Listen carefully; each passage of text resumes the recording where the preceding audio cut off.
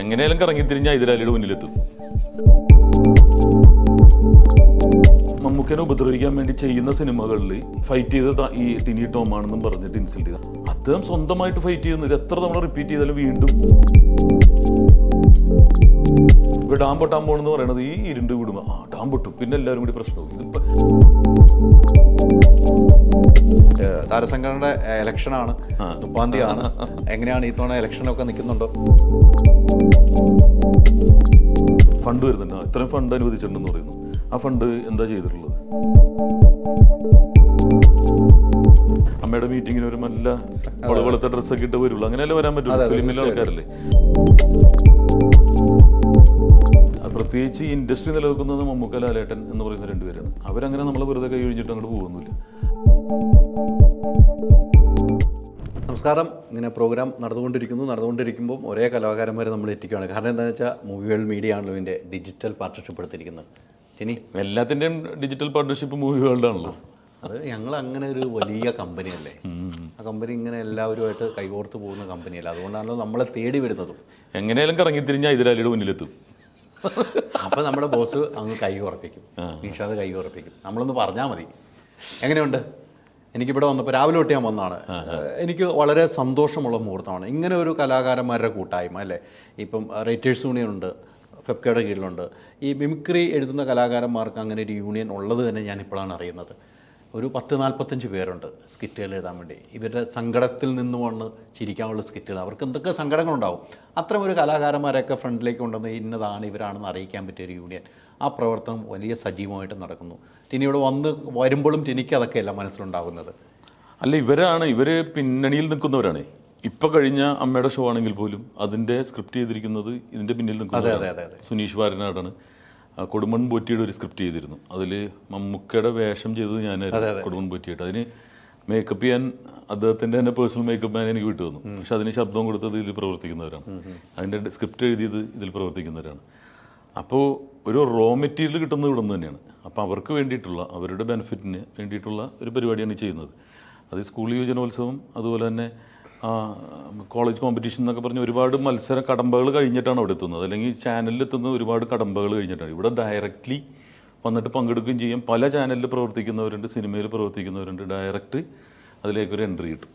അപ്പോൾ അതിന് ഏറ്റവും നല്ലതാണ്. ആദ്യമായിട്ടാണ് ഇങ്ങനത്തെ ഒരു ഷോ വരുന്നതും ഇത്രയും ദൈർഘ്യമുള്ളൊരു കോമ്പറ്റീഷൻ. എനിക്ക് തോന്നുന്നത് Guinness book of world records try ചെയ്ത് കയറാൻ പറ്റും, അത്രയും ദൈർഘ്യമുള്ള കോമ്പറ്റീഷൻ. ഇന്ത്യയിൽ ആദ്യമായിട്ടാണ് നടക്കുന്നത്. നമ്മൾ സ്റ്റേജ് ഷോകൾ കണ്ടില്ല, നമുക്ക് ചാനലുകളൊക്കെ കാണും, ഒരു കോമഡി ഉത്സവം അങ്ങനെ കുറേ ജഡ്ജിങ്. പക്ഷെ അതുപോലെയല്ല ഇത് രാവിലെ തുടങ്ങിയിട്ട് കാസർഗോഡ് തൊട്ട് കന്യാകുമാരിയുള്ള ആളുകളാണ് വന്നുകൊണ്ടിരിക്കുന്നത്. ഇത് റിയൽ ലൈവാണ്, എഡിറ്റ് ഇല്ല, നേരെ അങ്ങ് പോവുകയാണ്. അതെ അതെ ജനങ്ങളുടെ മുന്നിലേക്ക്. അതെ അതെ, അത് കാണാനും ഓഡിയൻസ് ഉണ്ടെന്നാണ്.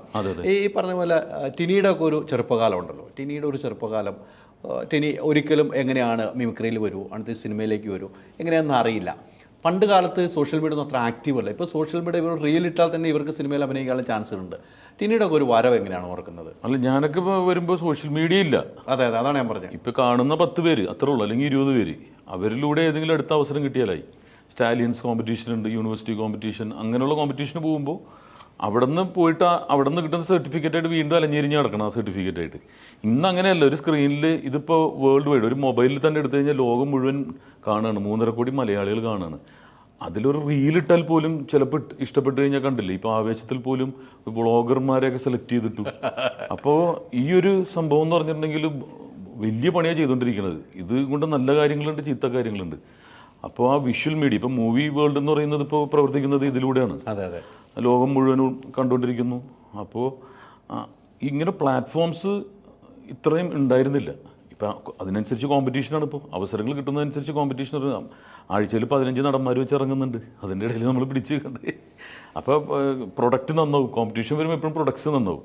അതുകൊണ്ടാണല്ലോ ഇപ്പോൾ കണ്ടില്ലേ, സിനിമകൾ തന്നെ കണ്ടിന്യൂസ് ആയിട്ട് അണ്ടർ കോറിൽ കയറുന്ന കോമ്പറ്റീഷൻ നിൽക്കുന്നതുകൊണ്ടാണ്. മിമിക്രിയിലും നല്ല കോമ്പറ്റീഷൻ ഉണ്ട്, അതിൽ നിന്നുള്ള ആൾക്കാർ സിനിമയിലേക്ക് എത്തുന്നുണ്ട്. അപ്പോൾ എൻ്റർടൈൻമെൻറ്റ് ഇൻഡസ്ട്രി ഫ്ലറിഷ് ചെയ്തുകൊണ്ടിരിക്കുകയാണ്. ആൾക്കാരെ എൻ്റർടൈൻ ചെയ്യുക എന്നുള്ളതാണ്. അവർ ടെൻഷനും ഇതിൻ്റെയൊക്കെ പുറത്ത് ജീവിക്കുന്നവർക്ക് ശരിക്കും റിലാക്സേഷൻ കൊടുക്കുന്നതെന്ന് പറഞ്ഞാൽ ഒരുപാട് നെഗറ്റീവ്സാണ്. ഈ ഹൈദരാലി വന്ന് മറ്റാളുടെ കേസ് എടുത്ത് പറയുന്നു, ഹൈദരാലി വന്നിട്ട് മറ്റാൾ ഇതിൽ പെട്ടു എന്നൊക്കെ പറയുമ്പോൾ ഇതിൻ്റെ ഇടയിലൊരു സന്തോഷം എന്ന് പറയുന്ന ചിലപ്പോൾ ഒരു ചെളിയായിരിക്കും, ഒരു ആശ്വാസം കിട്ടുന്ന ചെളി എന്നൊക്കെ പറയാറുണ്ടെങ്കിലും താൽക്കാലികമായിട്ട്. പക്ഷെ അത് ഒരു പ്രാവശ്യം കേട്ട് രണ്ടാം പ്രാവശ്യം നമുക്ക് ചിരിയും പറ്റില്ല. അപ്പം അത്രയും പണിയുണ്ട് ഇതിന്. ഇപ്പം ചെയ്ത തമാശ ഇനി വേറെ സ്ഥലത്ത് പറ്റൂല, അപ്പം തന്നെ ലോകം മുഴുവൻ പോവുകയാണ്. അപ്പോൾ ഇത് ശരിക്കും പണിയെടുക്കുന്നവർ ഇപ്പം ഭരതനാട്യം എന്ന് പറഞ്ഞിട്ടുണ്ടെങ്കിൽ ആ ഡാൻസ് ഇപ്പോൾ കംസനെ കൊല്ലുന്നത് അത് വീണ്ടും അവതരിപ്പിക്കാം. കഥകളിയിലും അങ്ങനെ തന്നെയാണ്. ഏതൊരു കലയെടുത്താലും പാട്ട് വീണ്ടും പാടിയ നന്നായിട്ട് പാടിയ ഓക്കെ. ഇതങ്ങനെയല്ല ഇപ്പം ചെയ്തത്, പിന്നെ അടുത്ത മിനിറ്റിൽ ഔട്ട്ഡേറ്റഡ് ആവാണ്. പക്ഷേ ഇതിൻ്റെ റൈറ്റേഴ്സ് എന്ന് പറഞ്ഞാൽ അത്രയും സെൻസിബിളായിട്ട് ദിവസവും പത്രവും വായിച്ച് ജനറൽ നോളജ് ഉണ്ടാക്കി ആനുകാലിക വിഷയങ്ങൾ കണക്ട് ചെയ്തിട്ടാണ് അവർ സ്ക്രിപ്റ്റ് ഉണ്ടാക്കുന്നത്. അത് നിസ്സാര പണിയല്ല. ഉറപ്പാണ്. ടിനിയുടെ ഒരു വരവ്, ഒരു മിമിക്രി മേഖലയിലേക്ക് വരവ്, ഏറ്റവും ആദ്യം ടിനിനെ കൈപിടിച്ച് കൊണ്ടുവന്ന ഒരാളുടെ പേര് പറഞ്ഞാൽ ആരുടെ പേര് പറയും? കൈപിടിച്ച് ഫസ്റ്റ് ഞാൻ പറഞ്ഞില്ലേ കലാഭവനിലാണ് ഞാൻ ഇൻ്റർവ്യൂവിന് ചെല്ലുന്നത്. അവിടെ മണിച്ചേട്ടനാണ് എന്നെ ഇൻ്റർവ്യൂ ചെയ്തത്. മണിച്ചേട്ടൻ ഉടനെ തന്നെ കെ എസ് പ്രസാദിൻ്റെ അടുത്തോട്ട് വിട്ടു. കെ എസ് പ്രസാദ് കലാഭവനിൽ ചാൻസ് തന്നില്ല. അപ്പം ഞാൻ വിചാരിച്ചു അതോടുകൂടി എൻ്റെ തീർന്നത്. പക്ഷെ പുള്ളി വേറെ ട്രൂപ്പ് തുടങ്ങി, ഗിന്നസ്.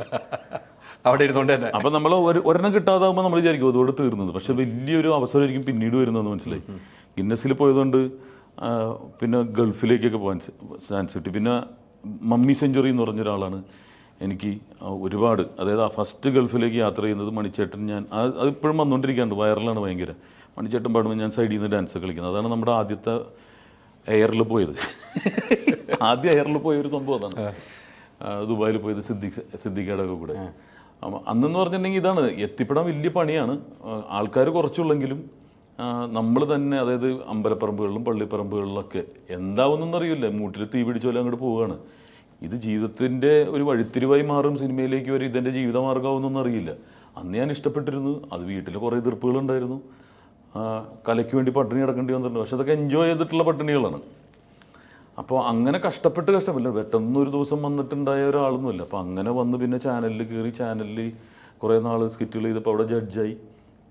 ഞാൻ കോടതിയിലെ ജഡ്ജാവുമെന്നാണ് അപ്പം വിചാരിച്ചത്. കോമഡി പരിപാടിയുടെ ജഡ്ജായി. പിന്നെ അതിലൂടെ സിനിമയിലേക്ക് വന്നു. ഈ മമ്മൂക്കനെ ലാലേട്ടനൊക്കെ എത്രയോ ദൂരത്ത് കണ്ടിട്ടുള്ളതാണ്. ഷൂട്ടിങ്ങിനൊക്കെ ദൂരെ കണ്ടിട്ടുള്ള അവരോടൊപ്പം ഇതുപോലെ ഇപ്പം മീറ്റിങ്ങിൽ നമ്മൾ ചർച്ച ചെയ്യുമ്പോൾ ഇതിന് ശേഷം ഹൈദരാലി എന്നെ വന്ന് കാണുന്ന എന്തായിരുന്നു മീറ്റിങ്ങിൽ തീരുമാനം എന്ന് പറയുന്നു. 10-17 പേരിൽ ഒരാളായി മാറി. ഈ അമ്മ എന്ന് പറഞ്ഞ സംഘടനയിലേക്ക് എത്തി. ഇത് കഴിഞ്ഞ് പുറത്തേക്ക് ഇറങ്ങുമ്പോഴേക്ക് ഹൈദരാലി വരെയല്ല എന്താ സംഭവം എന്ന് വെച്ചിട്ട് ആദ്യം എൻ്റെ അടുത്തായിരിക്കും വരുന്നത്. അപ്പോൾ സിനിമയുമായിട്ട് അത്ര അഭേദ്യമായിട്ടുള്ളൊരു ബന്ധമുണ്ടായി. എല്ലാം നമ്മുടെ ആഗ്രഹങ്ങളാണ്, കഴിവല്ല. കഴിവിനേക്കാൾ കൂടുതൽ എൻ്റെ ആഗ്രഹങ്ങളാണ് ഇവിടെ എത്തിച്ചത്. ഒരു വീഴ്ച സംഭവിച്ചിട്ടുണ്ട് എന്ന് ചിന്തിക്കുന്നുണ്ടെങ്കിൽ ആ വീഴ്ച വലുതായിട്ടാണോ ചെറുതായിട്ടാണോ വീണിരിക്കുന്നത്? വീണിട്ടില്ലല്ലോ. എങ്ങനെ വീണ്? എങ്ങനെയൊക്കെ നമുക്കൊരു തട്ടുകേട് വന്നതായിട്ട് തോന്നുന്നു? ഇല്ലില്ല, എല്ലാം നല്ലതിന് വേണ്ടിയാണ്. ചിലപ്പോൾ തട്ടുകേടായിട്ട് തോന്നും, പക്ഷെ കുറച്ച് കഴിയുമ്പോൾ നല്ലതിനാന്ന് തോന്നാറുണ്ട്. കൂടെ നിന്നവരാരെങ്കിലും ചതിച്ചിട്ടുണ്ടോ? അതൊക്കെ ഉണ്ടാവുമായിരിക്കും. പണിയൊക്കെ തരുന്ന ഇതിൻ്റെ അകത്ത്. ഇപ്പോൾ ഗണേശേട്ടൻ പറയുന്ന പോലെ രാഷ്ട്രീയത്തിൽ ശത്രുക്കൾ അറിയാൻ പറ്റും. ഇതെൻ്റെ പ്രതിപക്ഷമാണ്, അല്ലെങ്കിൽ എൻ്റെ ഓപ്പോസിറ്റ് പാർട്ടിയാണ്. സിനിമയിൽ നമുക്ക് പറയാൻ പറ്റില്ല ആരാണ് കൂടെ നിൽക്കുന്നവർ. അതാണല്ലോ കാണുന്നത്. ഇപ്പോൾ നമ്മൾ കൂടെ നിന്ന ഒരു ആളായിരിക്കും ചിലപ്പോൾ ആൾക്കെതിരെ കേസ് കൊടുക്കുന്നത്, നമ്മൾ സ്ഥിരം കാണുന്ന. പക്ഷെ നമ്മളാരും ഉപദ്രവിച്ചിട്ടില്ല. അതുകൊണ്ട് എപ്പോഴും നമ്മൾ പ്രസൻ്റായിട്ടും നടക്കണം. ആരും ഉപദ്രവിച്ചിട്ടില്ല. ഒരാളെ വാക്കുകൊണ്ടോ ഉണ്ടെങ്കിൽ തന്നെ അപ്പം തന്നെ പറഞ്ഞ് ഞാൻ സോറി പറയാറുണ്ട്. മാറി നിന്നിട്ട് ഇപ്പോൾ ആരും വെക്കുകയൊന്നും ചെയ്തിട്ടില്ല. മാക്സിമം സപ്പോർട്ട് കൊടുക്കാൻ ആണ് ശ്രമിച്ചത്. അതിൻ്റെ ഭാഗമായിട്ടാണ് ഞാനിവിടെ വന്നത്. ഇപ്പോൾ ഒരുപാട് എൻ്റെ പിന്നാലെ വരുന്നവരുണ്ട്. അവരാണ് എന്നേക്കാൾ കഴിവുള്ളവർ. ഈ ബൈബിളിൽ യോഹന്നാനാണ് ആദ്യം വന്നത്. എന്നേക്കാൾ കഴിവുള്ളവനാണ് പുറകെ വന്നത്. യേശുവിനെ കുറിച്ച് പറഞ്ഞത്. അപ്പം ഞാൻ വെറും യോഹന്നാനാണ്. എൻ്റെ പിന്നാലെ വരുന്നവർക്ക് വഴിയൊരുക്കാൻ വേണ്ടി വന്നിരിക്കുന്നത്.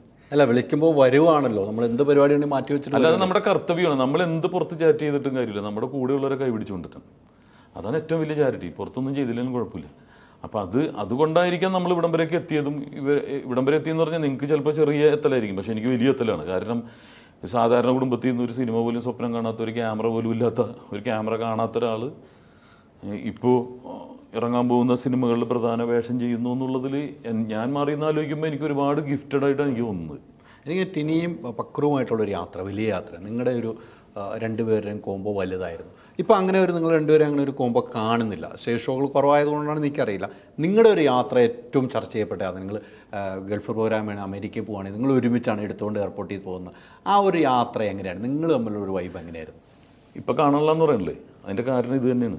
അതാണ് ഇതിൻ്റെ ദൂഷ്യവശങ്ങൾ എന്ന് പറയുന്നത്. ബോഡി ഷെയിം ചെയ്യാൻ പാടില്ല. ഞാൻ അവനും കൂടി ചെയ്യുമ്പോൾ അവൻ എഴുതി ഉണ്ടാക്കുന്ന കോമഡികളാണ്. ഞാൻ ചെറിയവനാണ്, നീ വലിയവനാണ്. അപ്പോൾ അവനെ എങ്ങനെയാണ് നമ്മൾ കോംബോ വരുന്നത്? അവൻ പറയും ഞാൻ ചെയ്യണതൊക്കെ നിനക്ക് ചെയ്യാൻ പറ്റുമോ നോക്കും. ഞാൻ പറയും നീ എന്ത് ചെയ്താലും ഞാൻ ചെയ്യുമെന്ന് പറയും. അവൻ ചെയ്യുന്നതൊക്കെ ഞാൻ ചെയ്യും. ലാസ്റ്റ് അവൻ കാലിൻ്റെ അടി കൂടി എൻ്റെ പോകും. അപ്പോൾ അവൻ പറയും അവൻ കാല് വെച്ചിട്ട് എൻ്റെ കാലിൻ്റെ ഇടയിൽ കൂടി പോകാൻ പറ്റുമോ? അത് പറ്റൂല. അപ്പം തന്നെ ചെറിയവനെ കളിയാക്കി, ബോഡി ഷേമിങ്. പിഷാരടിക്കും ധർമ്മനും ഇപ്പോൾ ചെയ്യാൻ പറ്റുന്നില്ലല്ലോ. താഴ്ന്ന ജാതി വരെ എൻ്റെ അകത്ത് വിഷയമാണ്. അപ്പോൾ അത്രയ്ക്ക് വിഷാംശമാണ് നമ്മുടെ ചുറ്റുമുള്ളത്. നമ്മൾ വളഞ്ഞിട്ട് ആക്രമിക്കാൻ വേണ്ടിയിട്ടൊരു കൂട്ടം ആൾക്കാർ ഫ്രസ്ട്രേറ്റഡായിട്ട് നിൽക്കുകയാണ്. നമ്മളിത് സൗഹൃദത്തിലുണ്ടാക്കുന്ന കോമഡികൾ ഇപ്പോഴത്തെ റൈറ്റലിൻ്റെ റൈറ്റേഴ്സ് ഇപ്പോൾ ഈ പരിപാടി ചെയ്യുന്നവർ പോലും 100 ചിന്തകളാണ് ഓർക്കുന്നത്. അതുകൊണ്ട് നല്ലൊരു ഹാസ്യം ഉണ്ടാവുന്നില്ല. ഒരു ഹ്യൂമർ ഉണ്ടാക്കണമെങ്കിൽ 4 ഭാഗത്ത് നിന്ന് ചിന്തിക്കണം. ഒന്ന് പൊളിറ്റിക്കൽ പ്രശ്നമുണ്ടോ, കറക്റ്റ്നെസ് ഉണ്ടോ, ബോഡി ഷേമിങ് ഉണ്ടോ, നിറത്തിനെ കളിയാക്കുന്നുണ്ട്. ഇതെല്ലാം കൂടി വന്നിട്ടൊരു കോമഡി വരുമ്പോഴേക്കും ഒരുപാട് ചിരിക്കാനുള്ള അവസരമാണ് നമുക്ക് നഷ്ടപ്പെടുന്നത്. യഥാർത്ഥത്തിൽ ഈ കോമഡി എന്ന് പറയുന്നത് കാണുക, കേൾക്കുക, മറന്നു കളഞ്ഞേക്കുക, അങ്ങനെ പാടുമോ? ഇത് മനസ്സിൽ വെച്ചുകൊണ്ട് നിൽക്കരുത്. ചെറിയവനെ കളിയാക്കി, മറ്റവനെ എല്ലിച്ചിരിക്കുന്നവനെ കളിയാക്കി. ലോറൽ ആൻഡ് ആർഡി ചെയ്തിരുന്ന അതാണ്. ചാർലി ചാപ്ലിൻ വേദനകളിലൂടെയാണ് ഉണ്ടാക്കിയിരുന്നത്. അപ്പം അത് മാറിയിട്ട് ഇപ്പോഴത്തെ ഒരു ഇതെന്ന് പറഞ്ഞിട്ട് മൊത്തത്തിൽ ഏത് സമയത്തും ഒരു വർഗീയ ലഹള പൊട്ടിപ്പുറപ്പെടാവുന്ന രീതിയിൽ ഇങ്ങനെ വിങ്ങിക്കൊണ്ടിരിക്കുകയാണ്. അപ്പം അതിൽ നമുക്ക് ആ ഒരു തർക്കത്തിനോ അല്ലാണ്ട് നമ്മൾ അങ്ങനെ ഒരു തർക്കത്തിന് പോയിട്ടും കാര്യമില്ല. നമ്മളത് തർക്കിച്ച് ജയിക്കേണ്ട ആവശ്യമില്ല. അത് ആസ്വദിക്കുന്നവരാശം. അതുകൊണ്ട് തന്നെയാണ് ഇപ്പോൾ പക്രു ഞാനും കൂടി ഉള്ളൊരു കോമ്പോസ് കുറഞ്ഞത്. പക്ഷേ ഞങ്ങൾ ഒരുമിച്ച് സിനിമ ഇപ്പോൾ അതിൻ്റെ കഴിഞ്ഞു, എല്ലാം കഴിഞ്ഞു. ഷൂട്ട് കഴിഞ്ഞില്ല എൻ്റെ കുഞ്ഞൂട്ടൻ 916 നല്ലൊരു പടമാണ്. ഡബിങ്ങിലേക്ക് പോകാമെന്ന് ഞാൻ അറിഞ്ഞു.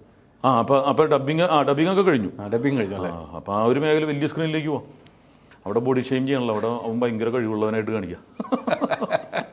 അല്ല, ഇത് ഞാൻ ചോദിച്ചത് കൃത്യമായിരുന്നു. ഇപ്പോൾ ഈ പറഞ്ഞപ്പോഴാണ് എൻ്റെ ഒരു പ്രശ്നങ്ങൾ മനസ്സിലാക്കുന്നത്. അതെ, നമ്മൾ ഇപ്പോൾ പേഴ്സണലായിട്ട് ഇപ്പോൾ മെസ്സേജുകൾ വരുന്നു, നീ അവനെ വിറ്റ് കാശുണ്ടാക്കുന്നു. പിഷാരടിക്ക് എന്തുമാത്രം ഇതാണ് ആക്രമണം ഉണ്ടായത്, അവൻ താഴ്ന്ന ജാതിയാണ്, ഇവൻ അമ്പലവാസിയാണെന്നൊക്കെ പറഞ്ഞൊരു ഭയങ്കര പ്രശ്നം. അപ്പം അത് അത്രയും വിഷാംശം കലർന്നുപോയി. ഈ പുഴയിൽ പെരിയാറിൻ്റെ തീരത്ത് താമസിക്കുന്ന ആളാണ്. അതിൻ്റെ അകത്ത് കുറേ ഫാക്ടറി കലങ്ങിപ്പോയി. അപ്പോൾ അതുകൊണ്ട് ഫാക്ടറിയിൽ നിന്നുള്ള മാലിന്യങ്ങൾ കലങ്ങിയതുപോലെ ഇതുപോലത്തെ മാലിന്യം കലങ്ങിയിട്ട് മനുഷ്യൻ്റെ മനസ്സുകൾ സങ്കുചിതമായി പോയി. തീർച്ചയാണ്. ഇപ്പം നേരത്തെ പറഞ്ഞ മമ്മൂക്കാടെ കൂടെയും ലാലേട്ടൻ്റെ കൂടെയൊക്കെ അഭിനയിക്കുന്നു. ഒരു ടേബിളിന് ചുറ്റും ഇരുന്ന് കാര്യങ്ങൾ തീരുമാനിക്കുന്ന സ്ഥലത്ത് ഇരിക്കാൻ വരെ എത്തിപ്പെട്ടി. ആ എത്തിപ്പെടലിന് ഒത്തിരി കഷ്ടപ്പാടുകളുണ്ടായിരുന്നു. അതെ. ഒത്തിരി യാത്രകളുണ്ടായിരുന്നു അല്ലേ? ആ യാത്രകൾ ഓർത്തെടുക്കുകയാണെങ്കിൽ അവിടേക്കൊന്ന് എത്താൻ വേണ്ടി ആഗ്രഹിച്ച സമയത്ത് എന്നാൽ ടിനിക്ക് ഒരു കഴിവുള്ള നീ അങ്ങോട്ട് വന്നു എന്ന് പറയാൻ ആളുണ്ടായിരുന്നു. അത് മമ്മൂക്ക തന്നെയാണ് നമ്മൾ. പക്ഷേ ഇപ്പം കണ്ടില്ലേ, മമ്മൂക്കനെ ഉപദ്രവിക്കാൻ വേണ്ടി ചെയ്യുന്ന സിനിമകളിൽ ഫൈറ്റ് ചെയ്ത് ഈ ടിനി ടോമാണെന്നും പറഞ്ഞിട്ട് ഇൻസൾട്ട് ചെയ്ത് ആകെ 3 പടത്തിൽ ബോഡി ഇത് മാത്രമായിട്ടാണ് ഞാൻ ചെയ്തത്. പല പടങ്ങളിലും ഈ പേരും പറഞ്ഞിട്ട് ഞാൻ ഈ അടുത്ത് കണ്ണൂർ സ്ക്വാഡിൻ്റെ ലൊക്കേഷനിൽ മമ്മൂക്കനെ കാണാൻ ചെന്നപ്പോൾ നീ ഇപ്പം എൻ്റെ അടുത്തിരുന്ന ആൾക്കാർ പറയും എൻ്റെ ഫൈറ്റ് ചെയ്തത് നീയാണെന്ന്. കാരണം അത്രയ്ക്ക് വേദനിപ്പിക്കുക എന്നുള്ളതാണ്. ഒരാളെ വേദനിപ്പിക്കാൻ, ഒരു കലാകാരൻ നശിച്ച് കാണാൻ വലിയ ആഗ്രഹം കുറേ പേർക്ക്, അങ്ങനെ കുറച്ച് പേരുണ്ട് അങ്ങനെ. അദ്ദേഹം സ്വന്തമായിട്ട് ഫൈറ്റ് ചെയ്യുന്നത് എത്ര തവണ റിപ്പീറ്റ് ചെയ്താലും വീണ്ടും എനിക്ക് അയച്ചു തരും തല വെച്ചിട്ട്. ഇപ്പോൾ ടർബോൻ്റെ വരെ എനിക്ക് അയച്ചു തന്നു ഫൈറ്റ് ചെയ്തത് ഇതാണെന്നും പറഞ്ഞിട്ട്. മമ്മൂക്ക തന്നെ അദ്ദേഹം ലാലേട്ടൻ ചിലപ്പോൾ ഈസി ആയിട്ടായിരിക്കും സിനിമയിൽ അഭിനയിക്കുന്നു പോകുന്നത്. ഇദ്ദേഹം കഷ്ടപ്പെട്ട് ഉണ്ടാക്കിയെടുക്കുന്നതാണ് ഓരോ റോളുകൾ, അതിനെ സ്കെച്ച് ചെയ്യുന്നത്, ഇത് അത്രയും കഷ്ടപ്പെട്ട് ഫൈറ്റ് ഒക്കെ ചെയ്ത് കഴിയുമ്പോൾ ഇതുപോലെ ചെയ്യുമ്പോൾ അത് എന്നെയാണ് ബാധിക്കുന്നത്. മമ്മൂക്കയുടെ ഒരു സിനിമയിൽ ഞാൻ ഭാഗമാകാൻ പോലും പറ്റാത്ത അവസ്ഥയായി. ഞാൻ ആദ്യം ഇതിനെ മറ്റേ ഡൂപ്പാക്കാൻ വേണ്ടിയാണ് കൊണ്ടുവരുന്നത്. എത്ര തവണ റിപ്പീറ്റ് ചെയ്തിട്ടും ജനങ്ങളോട് പറഞ്ഞിട്ട് അത് മനസ്സിലാകുന്നില്ല. അത് ഈ ഫാൻ ഫൈറ്റിൽ പറ്റുന്നതാണ്. 3 പടത്തിൽ എൻ്റെ ബോഡി ഉപയോഗിച്ചു എന്നല്ലാണ്ട് അദ്ദേഹം ചെയ്യുന്ന റിസ്കി ഷോട്ടുകളിലൊന്നും ഭാഗമല്ല ഞാൻ. അത് അദ്ദേഹത്തിൻ്റെ കഴിവ് തന്നെയാണ്. അദ്ദേഹത്തിൻ്റെ ദൈവം കൊടുത്തിരിക്കുന്നൊരു ശക്തിയാണ്. നമുക്കറിയാലോ മമ്മൂക്കയുടെ ഓറ എന്താണെന്നുള്ളത്. അത് പ്രാർത്ഥനയിലൂടെ തന്നെ സ്വായത്തമാക്കിയിട്ട് ഹാർഡ് വർക്ക് ചെയ്തിട്ട് സിനിമയിൽ കഷ്ടപ്പെട്ടിട്ടാണ് നിൽക്കുന്നത്. അല്ലെങ്കിൽ ഇങ്ങനെ ഒരാൾ നിൽക്കില്ല. അദ്ദേഹം ചെയ്യുന്നത് എന്തൊക്കെയാണെന്ന് നമുക്കറിയില്ല, എത്ര സഹായങ്ങൾ ചെയ്യുന്നുണ്ടെന്നുള്ളത്. ഞാൻ ടെർബോയുടെ സ്റ്റണ്ട് മാസ്റ്ററുമായിട്ട് സംസാരിച്ചപ്പോൾ അദ്ദേഹം എന്നോട് പറഞ്ഞ 95% മമ്മൂക്ക തന്നെയാണ് ചെയ്തത്. ഇതിനകത്തേക്ക് ഒരു ഡൂപ്പ് പോലും വേണ്ട എന്ന് പറഞ്ഞു. വീട് കിടന്നപ്പോൾ പുള്ളി കേൾക്കാൻ പറ്റുമെന്നൊരു സംശയം വന്നപ്പം മമ്മൂക്കാരുടെ അടുത്ത് പോയി ചോദിച്ചു ഒരാളെ മാറ്റുമ്പോൾ പുള്ളി പറഞ്ഞു വേണ്ട ഞാൻ ചെയ്തോളാം. ആ മമ്മൂക്കായെ കുറിച്ചാണ് ഇങ്ങനെ പറയുന്നത്. പിന്നെ ടിനിക്കെതിരെ അത് എനിക്ക് ഭയങ്കര ബുദ്ധിമുട്ടുണ്ടാക്കണ്ടേ. അദ്ദേഹത്തിന്റെ സിനിമകളിലും അദ്ദേഹത്തിന്റെ അടുത്ത് പോയിരിക്കാൻ പറ്റില്ലെന്ന് എനിക്ക്. ഞാനും എപ്പോഴും മെസ്സേജ് വിടാറുണ്ട്, എനിക്ക് തിരിച്ച് മെസ്സേജസ് വിടാറുണ്ട്, അപ്പം തന്നെ റെസ്പോണ്ട് ചെയ്യാറുണ്ട്. ഞങ്ങൾ നല്ല സൗഹൃദത്തിലാണ്. അദ്ദേഹത്തിന് ഒരു ശതമാനം പോലും വേദനിച്ചു എന്ന് പറയുമ്പോൾ എനിക്ക് സങ്കടം വരും. പിന്നെ തീർച്ചയായിട്ടും നമ്മുടെ പേര് വെച്ചാൽ വേദന. അതെ അതെ അതെ. നമ്മളെ രണ്ട് മമ്മൂക്കായും നിങ്ങളും മനസ്സാവാച കർമ്മണ അറിയാത്ത സംഭവത്തിനാണ് വേദനിപ്പിക്കുന്നത്. അത് ഈ സോഷ്യൽ മീഡിയ ഇങ്ങനെയാണ്. അല്ല, അത് കുറച്ച് ആൾക്കാർക്ക് കുറച്ച് ആൾക്കാർക്ക് ഒരു കലാകാരൻ വേദനിക്കുന്നത്, ഒരു കലാകാരൻ നശിഞ്ഞു കാണുന്നത്, അത് അവർക്ക് വേറെ കഴിവില്ലാത്തതുകൊണ്ടാണ്. അവർ വേറെ ശ്രമിച്ചു കഴിഞ്ഞാൽ എന്തെങ്കിലുമൊക്കെ ആയിത്തീരാൻ സാധിക്കും. ഇത് കാലത്ത് തന്നെ എഴുന്നേൽക്കുന്നത് ഇതിനു വേണ്ടി. ഇന്നൊരുത്തനെ കൊല്ലാം, എല്ലാവരും കൂടി വാ വരൂ, അവന് സൈബർ അത് കഴിയുമ്പോൾ പിറ്റേ ദിവസം ഇന്ന് ഒരുത്തനെ കിട്ടിയിരുന്നതാ, നമുക്ക് ഇവന് ഇന്ന് കൊല്ലാം. ഈ സമയം ചെലവഴിക്കുന്നതിന് പകരം ഇവർ ക്രിയേറ്റീവായിട്ട് എന്തെങ്കിലും ഒരു സംഭവം ഉണ്ടാക്കുകയാണെങ്കിൽ എന്തെങ്കിലുമൊക്കെ ആയിത്തീരാൻ സാധിക്കും. ഇപ്പം ഇതുപോലെ തന്നെ ഒരു വ്ളോഗിങ്ങോ എന്തെങ്കിലും ഒരു പ്രോഗ്രാമോ എന്തൊക്കെ ചെയ്യാൻ പറ്റും. ഫുഡിന്റെ വ്ളോഗിങ് ഉണ്ട്, എത്ര പേര് അങ്ങനെ ജീവിക്കും. മൊബൈൽ ഇരിപ്പുണ്ട്. പക്ഷെ ഇവിടെ ഇരുന്നിട്ട് ഈ നിരാശ പൂണ്ടിട്ട് ഈ നെഗറ്റീവ് അടിച്ച് അവരുടെ ജീവിതം നെഗറ്റീവായി പോകും. എൻ്റെ മുഖത്ത് എപ്പോഴും ചിരിയും സന്തോഷം വരുന്നത് ഞാൻ നെഗറ്റീവായിട്ടല്ല ജീവിക്കുന്നത്. ഞാൻ എല്ലാവരെയും സന്തോഷിപ്പിക്കാനും വേദനിപ്പിക്കാതെ പോകുന്നതും അതൊക്കെയാണ് നമ്മുടെ ഒരു ഇത്. ഹൈദരാലി എന്ന് പറഞ്ഞാൽ 24 മണിക്കൂറും തിരക്കിലാണ്. ഒരാൾ ചീത്ത പറയാൻ സമയമില്ല. പിന്നെ ന്യൂസിൻ്റെ കുറേ കാര്യങ്ങളുണ്ട്, അത് വെളിച്ചത്ത് കൊണ്ടുവരിക എന്നുള്ളത് നിങ്ങളുടെ കർത്തവ്യമാണ്. അത് നിങ്ങൾ 100% ഡെഡിക്കേറ്റഡ് ആയി നിങ്ങൾ ചെയ്യുന്നുണ്ട്. എൻ്റെ എന്ന് പറഞ്ഞിട്ടുണ്ടെങ്കിൽ എൻ്റർടൈൻമെൻറ്റ് ഇൻഡസ്ട്രി, അവിടെ 100 കാലത്ത് ചെല്ലാന്ന് പറഞ്ഞാൽ കൃത്യമായിട്ട് പോയിട്ട് അത് ഞാൻ എൻ്റെ പണി ചെയ്യുന്നുണ്ട്. അതുകൊണ്ട് തന്നെ എനിക്കൊരു വീഴ്ച വന്നിട്ടില്ലെന്ന്. എന്തൊക്കെ ഇപ്പം പറയുന്നില്ലേ തട്ടുകേട് അങ്ങനെ എന്തെങ്കിലുമൊക്കെ വന്നിട്ടുണ്ടെങ്കിലും ഞാൻ വീട്ടിലിരിക്കേണ്ടി വന്നിട്ടില്ല. അതെ അതെ അതെ അതെ തീർച്ചയായിട്ടും. നല്ല മഴക്കാലമാണ്. എന്നാലും നമ്മളിപ്പോൾ അറിയാലോ, ഹൈദരാലി തന്നെ ലൊക്കേഷനിൽ വരുന്നുണ്ടല്ലോ നമ്മുടെ സിനിമ. അതെ അതെ അതെ നല്ല മഴക്കാലമാണ്, വെള്ളക്കെട്ടുകൾ കൂടുന്നു. ഈ കൊച്ചിയുടെ അവസ്ഥ ഇങ്ങനെ തന്നെയാണോ എന്നും. ഒരു കലാകാരൻ പ്രതികരിക്കേണ്ട സമയത്ത് പ്രതികരിക്കണമെന്ന് ഉള്ള ഒരാളാണ് ഞാൻ. പക്ഷെ എനിക്ക് ഇപ്പം അമ്മയെന്ന് തന്നെ നിർദ്ദേശം തന്നിട്ടുണ്ട്. ഇത് അമ്മയുടെ സംഭവമല്ലേ, ഇത് സംഭവം കോമൺ ആണ്. പക്ഷെ ഞാൻ വെള്ളം കയറാൻ ഏറ്റവും ആദ്യം വീട്ടിൽ കയറുന്ന ഒരാളാണ്. ഞാൻ ഉത്തരവാദിത്തപ്പെട്ട ഒരു പൊസിഷനിൽ ഇരിക്കുന്ന ഒരാൾ കൂടിയാണ്. അതുകൊണ്ട് പറഞ്ഞിട്ട് ഇനി വായിൽ തോന്നുന്നു വിളിച്ച് പറയാൻ നിൽക്കരുത്. എനിക്കൊരു ഓർഡർ തന്നിട്ടുണ്ട് ഓൾറെഡി. അമ്മയുടെ കാര്യം ഞാൻ ചോദിച്ചില്ല. ഇപ്പം ഏത് കാര്യമാണെങ്കിലും ഉച്ചയ്ക്ക് ഇതുവരെ ഒരു അത് ആരെയും കുറ്റം പറഞ്ഞിട്ട് കാര്യമില്ല. ഞാൻ ആലുവ പെരിയാറിൻ്റെ തീരത്ത് താമസിക്കുന്നവനാണ്. അപ്പോൾ അവിടെ ഒരു പ്രൊജക്റ്റ് ഉണ്ടായിരുന്നു. ഏത് ചെളി നീക്കുന്ന എക്കൽ നീക്കുന്നത് ഒരു പുതിയ എന്താണ് ഓപ്പറേഷൻ ഇതെന്ന് പറഞ്ഞ് പി രാജീവിൻ്റെ പദ്ധതിയായിരുന്നു. അത് ഞാൻ പലതവണ അവരെയൊക്കെ വിളിച്ചിട്ട് അതിപ്പോൾ ക്ലീനാക്കി. ഞാൻ വിളിച്ച് പറഞ്ഞുകൊണ്ടല്ല കേട്ടോ, അത് ഇവരുടെ സർക്കാരിൻ്റെ പദ്ധതിയായിരുന്നു. അതുകൊണ്ട് ഇപ്പോൾ എറണാകുളം എവിടെ മുങ്ങിയാലും എൻ്റെ സ്ഥലം മുങ്ങൂല. എൻ്റെ അവിടെ ഇനി ഡാം പൊട്ടി വന്നാലേ മുങ്ങുള്ളൂ. അപ്പോൾ ഒഴുകിപ്പോകാൻ സ്ഥലം ഉണ്ടെങ്കിൽ ഒരിക്കലും മുങ്ങില്ല. എല്ലാവരും വിചാരിക്കണം പുഴയുടെ രീതിത്തോണ്ട് ഞാൻ വെള്ളത്തിൽ മുങ്ങിയാന്ന്. ഇല്ല, കാരണം പുഴ ഒഴുകിക്കൊണ്ടിരിക്കുകയാണ്. എറണാകുളത്ത് ഒഴുകുന്നില്ല. ഇപ്പം ഇന്ന് കണ്ടില്ല, കളമശ്ശേരിയിൽ ഒരു കാണ കോൺക്രീറ്റ് വെച്ച് അടച്ചു വെച്ചേക്കാം. എന്തൊരു ക്രൂരതയൊന്നൊന്നും ആലോചിച്ച് നോക്ക്. പിന്നെ എന്ത് ചെയ്യും? മെട്രോൻ്റെ ആൾക്കാർ കൊണ്ടുവന്നിട്ട് പൈപ്പ് ലൈൻ്റെ അവിടെ വേസ്റ്റ് കൊണ്ടുവന്നിടും. ഇവരുടെ ആൾക്കാർ കൊണ്ടുവന്നിട്ട് ഹൈക്കോടതി ഇവിടെ പ്രശ്നമുണ്ടായി. ഈ വെള്ളക്കെട്ടിൻ്റെ ഏറ്റവും വലിയ ഉദാഹരണം പൊതുജനമാണ് ഈ വേസ്റ്റ് കൊണ്ടിടുന്നത്. നമ്മൾ റൈറ്റലിൻ്റെ പരിപാടി ഒന്ന് പൊതുവിഷയത്തിലേക്ക് എന്നെ കൊണ്ടുപോയിക്കൊണ്ടിരിക്കണ്ട. ഞാനാണെങ്കിൽ പറഞ്ഞും പോകും. കുറേ ഇയറിലായിട്ട് എനിക്ക് തോന്നി. അല്ല, കുറേ നാൾ നമ്മളെ മോളിൽ തന്നെയാണ്, ഇടക്കാണ് താഴെ അല്ല ഇത് അല്ല ഇതൊക്കെ ടെനി പറയുന്ന ഒരാളായോണ്ടാണ് ഞാൻ. അല്ല, പറയുന്ന ഒരാളെ ഞാൻ പ്രതികരിക്കാറുണ്ട്. ഇനി ഈ കാര്യങ്ങൾ കൃത്യമായി പറയുന്നവരാണ്. കാരണം അത് ജനങ്ങൾ ഇന്നവരെ കുറ്റപ്പെടുത്തി അന്നവരെ കുറ്റപ്പെടുത്തി ഒരുമിച്ച് നിന്നിട്ട് ഒരു ജനസമക്ഷത്തിൽ ഇതാണ് വിഷയം എന്ന് പറഞ്ഞിട്ടത് അതങ്ങനെ മാറ്റി, അത് രാഷ്ട്രീയം കൊണ്ടുവരാതിരിക്കുക. മഴ വന്നത് പ്രതിപക്ഷത്തിൻ്റെയും ഭരണപക്ഷത്തിൻ്റെ ഒന്നും കുഴപ്പമില്ല. പക്ഷെ നമ്മളിവിടെ ഇങ്ങനത്തെ ഒരു ഡിസാസ്റ്റർ ഉണ്ടാവുന്നു. ഒന്ന് നമ്മൾ 2018 വെള്ളപ്പൊക്കം, കോവിഡ് രണ്ടും ഫേസ് ചെയ്ത ആളാണ് ഞാൻ. അത് കഴിഞ്ഞ് ഞാൻ ജീവിച്ചിരിക്കുന്നു എന്നുള്ളത് തന്നെ ഏറ്റവും വലിയ ഭാഗ്യമാണ്. കാരണം അതിരൂക്ഷമായിട്ട് ഞാൻ അതിൻ്റെ അകത്ത് പെട്ടുപോയതാണ് വെള്ളപ്പൊക്കത്തിൽ. കോവിഡിൽ നിന്ന് രക്ഷപ്പെട്ടു. ഇപ്പം നമ്മളിങ്ങനെ ഇരുന്ന് ചിരിച്ചിരിക്കാൻ പറ്റുന്ന ഭാഗ്യമാണ്. കാരണം നമ്മുടെ ഇപ്പോഴും ചുറ്റും ഞാനിപ്പോഴും മാസ്കായിട്ട് നടക്കുന്നത് കണ്ടില്ലേ. കാരണം നമ്മുടെ ചുറ്റും ഇപ്പോഴും കോടാനുകോടി രോഗാണുക്കളുണ്ട്. കോവിഡൊക്കെ വന്നു പോകുന്നുണ്ട്. കുറച്ച് നമ്മുടെ ഭാഗത്തു നിന്നുള്ളൊരു ഇതും ആവശ്യമാണ്. പക്ഷേ ഭരിക്കുന്നവരെ കുറ്റം പറയുക, പ്രതിപക്ഷത്തിന് കുറ്റം പറയലല്ല. ഇത് ഒരുമിച്ച് ചേർന്നിട്ട് ഇതിനെന്തൊരു പ്രതിവിധിയുള്ളത്? വെറുതെ ഇങ്ങനെ വായിട്ട് അലച്ചിട്ട് എന്ത് കാര്യം? നമ്മൾ മഴ വരുമ്പോൾ മാത്രമേ കുറിച്ച് ചിന്തിക്കുന്നുള്ളൂ. മഴ വന്നു വേനൽക്കാലത്ത് ഇതൊന്നും ചെയ്യുന്നില്ല. അപ്പോൾ വേനൽക്കാലത്ത് ഇതൊക്കെ ചെയ്തു പോയാലൊക്കെ മാറുമെന്നാണ് എൻ്റെ ഒരു പ്രതീക്ഷ. ഇപ്പോൾ ഡാം പൊട്ടാൻ പോകണമെന്ന് പറയുന്നത് ഈ ഇരുണ്ട് കൂടുമ്പോൾ ഡാം പൊട്ടും, പിന്നെ എല്ലാവരും കൂടി പ്രശ്നവും. ഇതിപ്പോൾ അല്ലാത്ത സമയത്ത് നമ്മൾ ചിന്തിക്കുന്നില്ല. അപ്പോൾ ഹൈദരാലിനെ പോലുള്ളവർ ചെയ്യേണ്ടതെന്ന് പറഞ്ഞിട്ടുണ്ടെങ്കിൽ അല്ലാത്ത സമയത്തും ഇതിന് ഊന്നൽ നൽകിയിട്ട് നമ്മൾ പൊതുവിഷയങ്ങളിൽ ഇടപെടാറുണ്ട്. പൊതുവിഷയങ്ങളിൽ സർക്കാരിൻ്റെ ശ്രദ്ധ ചെലുത്തിയിട്ട് ഈ വിഷയങ്ങൾ തീർക്കാനുള്ളൊരു അതാണ് നിങ്ങൾ ചെയ്യേണ്ട ഒരു 100%. അല്ലാതെ മറ്റവൻ്റെ പീഡന കേസും ഇവരുടെ ഇത് മാത്രമല്ല അന്വേഷിച്ച് കിടക്കേണ്ടത്. അല്ല, പരസ്പരം വിശ്വാസത്തോടു കൂടി ചെയ്താൽ, ഒരുമിച്ച് നിന്നാൽ മാത്രമേ ഈ കൊച്ചിയിലെ വെള്ളക്കെട്ട് എന്നൊരു പരിഹാരം കാണുള്ളൂ. ടിനി പറഞ്ഞ കറക്റ്റാണ്. പക്ഷേ എങ്കിലും അത് പരിഹാരം കാണാതെ വർഷങ്ങളായിട്ട് ഇപ്പോഴും കിടക്കുന്നു എന്ന് ഓർക്കുമ്പോഴാണ് ആ കൊച്ചിയിൽ ജീവിക്കുന്ന നമ്മളെപ്പോലുള്ളവർക്കൊക്കെ സങ്കടം വരുന്നത്. അല്ല, ഒറ്റ മഴ പെയ്താൽ മതി, എല്ലാവരും വെള്ളത്തിലാണ്. നമുക്ക് വൈകുന്നേരം ഇറങ്ങാൻ പറ്റില്ല. നമുക്കൊരു വീട്ടിലൊന്നും ഒന്ന് പോകണമെന്ന് വെച്ചാൽ നടക്കില്ല. ഒരു ആംബുലൻസിന് ഞാൻ നോക്കിയിട്ട് ഇന്നലെ കളമശ്ശേരി മെഡിക്കൽ കോളേജിലേക്ക് പോകാൻ കഴിയുന്നില്ല. അത്ര വെള്ളക്കെട്ടാണ്, പോകാൻ കഴിയുന്നില്ല. ഇത് അധികാരികളും കൂടെ ശ്രദ്ധിച്ച് കൈകോർത്ത് നിന്നാൽ ഇതെല്ലാം പരിഹരിക്കാം. അതാണ് അവിടെ കൊടിയുടെ നിറം നോക്കാണ്ട് ഒരുമിച്ച് പണിയെടുത്താലേ നടക്കുള്ളൂ. അല്ലാതെ അവർ ചെയ്യും ഇവർ ചെയ്യുമെന്നും പറഞ്ഞിട്ടല്ലേ. ഇത്രയും ഫണ്ട് അനുവദിച്ചിട്ടുണ്ടെങ്കിൽ ആ ഫണ്ടിന്റെ കൃത്യമായിട്ട് ക്രിസ്റ്റൽ ക്ലിയർ ആയിട്ട് അതെന്താ ചെയ്തു എന്നുള്ളത് കാണിക്കുക. അത് കാണിക്കുക. അത് കാണിക്കുക. ഫണ്ട് വരുന്നുണ്ട്. ഇത്രയും ഫണ്ട് അനുവദിച്ചിട്ടുണ്ടെന്ന് പറയുന്നു. ആ ഫണ്ട് എന്താ ചെയ്തിട്ടുള്ളത്? അത് കൃത്യമായിട്ട് കാണിക്കണം. ഇത് ഇന്ന പോലെയൊക്കെ ചെയ്ത് ഇന്ന ആൾക്ക് കൊടുത്തു. എന്തായാലും ചിലവാക്കിയിട്ടുണ്ടല്ലോ, ആ ചിലവുകളൊന്ന് കാണിച്ചെന്നാൽ മതി. കണക്ക് വരവ് ചിലവേ അമ്പല കമ്മിറ്റിയൊക്കെ കാണിക്കാറുണ്ടല്ലോ, വരവ് ഇത്രയും ചിലവ് കൂടുതലായിരിക്കും ചിലപ്പോൾ, എന്നാലും അതൊന്ന് കാണിച്ചു കഴിഞ്ഞാൽ കാണിക്കാൻ തയ്യാറാകണം. തീർച്ചയായും ഫണ്ട് വന്നിരിക്കുന്ന കോർപ്പറേഷൻ കാണിക്കാൻ തയ്യാറാകണം. അതാണ് ടിനി കൃത്യമായിട്ട് പറഞ്ഞത്. ഫണ്ട് വരുന്നത് കോർപ്പറേഷനിലേക്കാണ് വരുന്നത്. അത് കാണിക്കാൻ, അത് ചെലവായത് എന്താണെന്ന് കാണിക്കാൻ കോർപ്പറേഷൻ തയ്യാറാകണം. അതല്ലേ കൃത്യവാദം? ഫണ്ട് എന്ന് പറഞ്ഞാൽ ജനങ്ങളുടെ ഇത് തന്നെയല്ലേ? അതെ, ജനങ്ങളുടെ ആ ഫണ്ട് എത്തുന്ന ഇവിടുത്തെ ക്ലീനിങ്ങിനും ഇതിനെല്ലാം ആയിട്ട് കോർപ്പറേഷനിലേക്കാണ് സർക്കാർ ഫണ്ട്. അപ്പോൾ കോർപ്പറേഷൻ ചീത്തപ്പേരുണ്ടാവില്ല കാണിച്ചു കഴിഞ്ഞാൽ. ഇതുവരെ കാണിക്കാത്തതാണ് ഈ വിഷയങ്ങൾ. ഇത് ചെയ്തു എന്ന് പറയുന്നുള്ളൂ, പക്ഷെ ചെയ്യുന്നില്ല. ഇത് കൃത്യമാണല്ലോ. ഇപ്പൊ ചെയ്തെന്ന് പറയുന്നത് ഇപ്പൊ കണ്ടില്ല, കോൺക്രീറ്റ് വെച്ച് അടച്ചളഞ്ഞെന്ന് പറഞ്ഞാൽ എന്തൊരു ക്രൂരതയാണ്. അപ്പൊ അതിലും വലിയ, അതാണ് ഏറ്റവും വലിയ ചെയ്ത്. അതിനായി കാണും ചിലപ്പോൾ 5 ലക്ഷം. അതെ അതെ അതെ.